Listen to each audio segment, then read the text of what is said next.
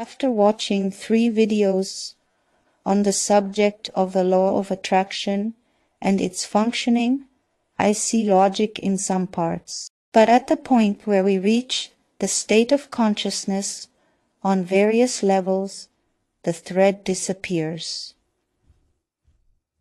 In the body, or the body in us, exists only in the 3-dimensional world, at higher levels of consciousness. The vast majority of the population does not exist because their consciousness as such does not function without a body. Which means that regardless of the level of consciousness a human being is in order to exist and be aware of its existence, it must have a form. In other words, it must have a body that in any way exists in the 3-dimensional world, and which will bind it to the 3-dimensional world. In nothingness, there is nothing but fear. Unless we are a master who perfectly controls our life energy on every level of reality, both visible and invisible, but must remain consciously connected to the body that is in 3-dimensional reality. Otherwise, it gets lost in that nothingness and disappears. If we go in the direction that our body is inside us, while we are part of the overall consciousness, then we are no longer alive in the 3-dimensional world, because at that level of consciousness, there is no life without a body. In order to consciously live on one of the higher levels of consciousness, we can only survive as our own energy or part of someone's subconscious. Otherwise, it will get lost and disappear in that void. If we move towards the direction of our inner existence, while being a part of the collective consciousness, then we are no longer alive in the 3-dimensional world. Because at that level of consciousness, life doesn't exist without a physical body. In order to consciously live on a higher level of consciousness, we can only survive as part of our own energy or someone else's subconscious. But even then, it's only possible when our innate body exists intact in the 3-dimensional reality.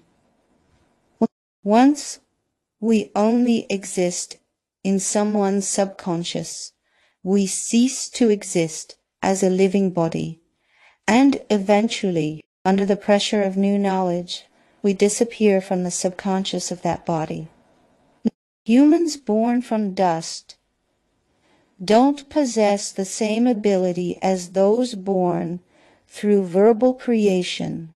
I can agree that the world is a hologram, that we create ourselves because I was in nothingness, and I know that where there is no conscious being, there is nothing.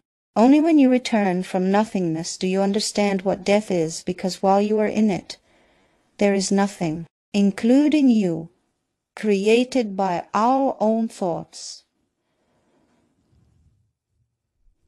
But this is only possible if we are free and protected from the external and subconscious influences of other people, who benevolently or maliciously interfere in our mental process. At the energy level, the 3-dimensional world disappears, which means that we are mentally elevated or lowered, depending on whether we raised or lowered ourselves to a certain level, or were lowered or raised by someone else. If we did it ourselves, we still remain at the level of our own values, one overall knowledge, focus, and strength of our will, gathering knowledge. But if someone else did it, then most often the third brain is involved, and of course, fear and anger.